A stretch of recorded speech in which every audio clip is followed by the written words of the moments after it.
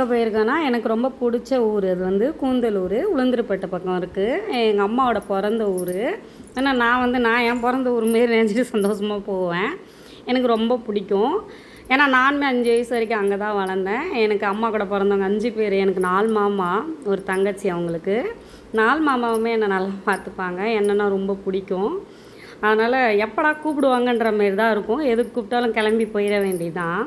இது திருவிழா வந்து போகலான்ட்டு தான் கிளம்பி பிளான் பண்ணிக்கிட்டு இருந்தோம். என்னோடய சொந்த அத்தை இறந்துட்டாங்க. அதனால் கோவிலுக்கெலாம் போகக்கூடாது அப்படின்ட்டாங்க.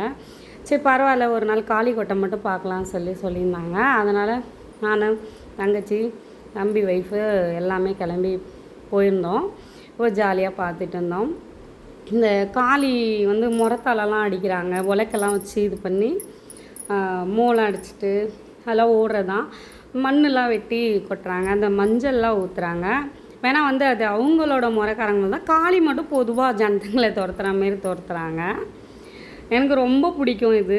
மெயினாக அந்தமாரி கிராமத்தில் அந்தமாரி நடக்கிறதெல்லாம் எனக்கு ரொம்ப பிடிக்கும். போயிட்டு பார்த்துட்டு அவ்வளோதான்.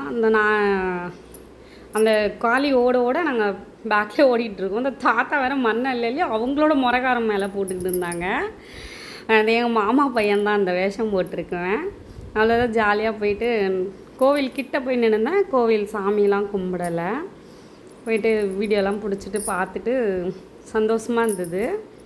என்னோடய மாமா தான் இவங்க ஒருத்தவங்க. போயிட்டு அந்த இதெல்லாம் முடிஞ்ச உடனே அவ்வளோதான், சாப்பிட்டு கிளம்பி வந்துட்டோம்.